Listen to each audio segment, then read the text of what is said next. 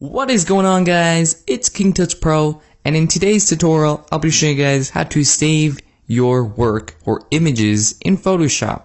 Now this is very easy to do.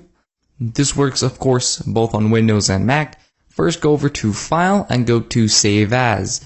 Once you click that, it gives you an option, a window of course here to save as. You can of course rename it to whatever you want. I'm gonna go ahead and rename it to tutorial, and you of course can rename it to whatever you want.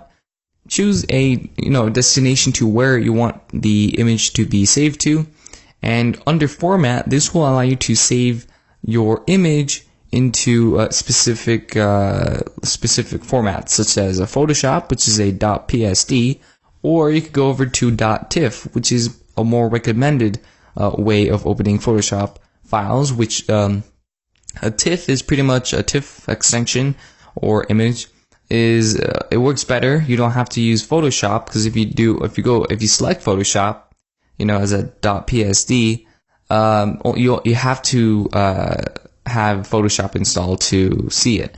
So you could also just select JPEG and you would just click save. The matte, you can choose none. Quality, this depends on whether you want a smaller file. You can see right there, and it gives you a preview of the file size. It's going to be low or maximum, which is going to be 1.3 megabytes, which is not a big difference. Or you can go maximum, which is going to be 1.7 megabytes. The format options, keep it at baseline, standard. You could go optimized, but it kind of reduces the file size a little bit. But if you want the best resolution, go to baseline and click OK. Or the most recommended way is going over to File and click Save for Web.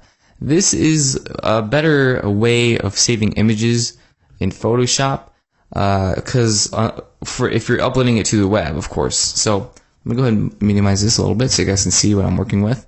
So preset, you could go over to like JPEG. Or you can go with a PNG or a GIF. If you want a JPEG and just a standard image, just select JPEG, and then our preset right here, it should be just JPEG. And then here you can choose the quality of the image, so you can go low, you can go all the way up to maximum. I keep it at high quality 60 because it keeps the file size down, but it keeps the quality good. So great, so it doesn't decrease whatsoever. Optimized, convert to sRGB. You want those colors to pop out. If you don't have it, it's not going to look as good, so just keep that in mind.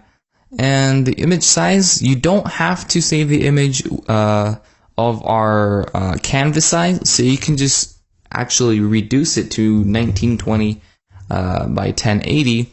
And percent is of course 75% of our canvas size, which is 256 by 1440, or 256 by 1440. Quality is bilinear, and I just got a text message. So yeah, over here on the left you can see our size, and if you click this down here, this little arrow, it gives you the time of how long it's gonna take to upload to the web. So just keep that in mind. I have mine selected here. I don't really know which one's which, so just ignore that. And so yeah, you can just click save, and it gives you, it brings up the window that I showed you earlier, and you can choose the destination to save it to, and you can click save, and you have saved your image. So that's how you save your photos in Photoshop. So if this helped you in any way, please leave a rating below, and I will catch you guys on my next video.